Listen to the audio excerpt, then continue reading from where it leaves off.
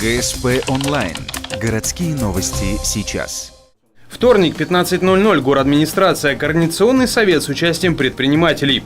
После долгого перерыва, а совет не собирался уже порядка 5 лет, собравшиеся обсудили предложение о разработке стратегического плана развития малого и среднего бизнеса. Бизнес-сообщество Ухты ожидает от власти сотрудничества.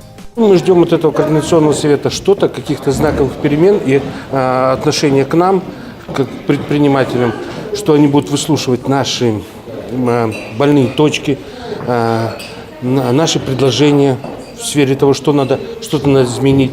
На сегодня в составе Совета 17 человек. На первом в новейшей истории заседании делегаты подчеркнули необходимость нормального инвестиционного климата в городе. Кроме того, поступило первое предложение от лица Совета отправить обращение с просьбой к разнообразным контролирующим органам ослабить хватку. Заседание Совета лишь первое из череды будущих. Работы впереди много.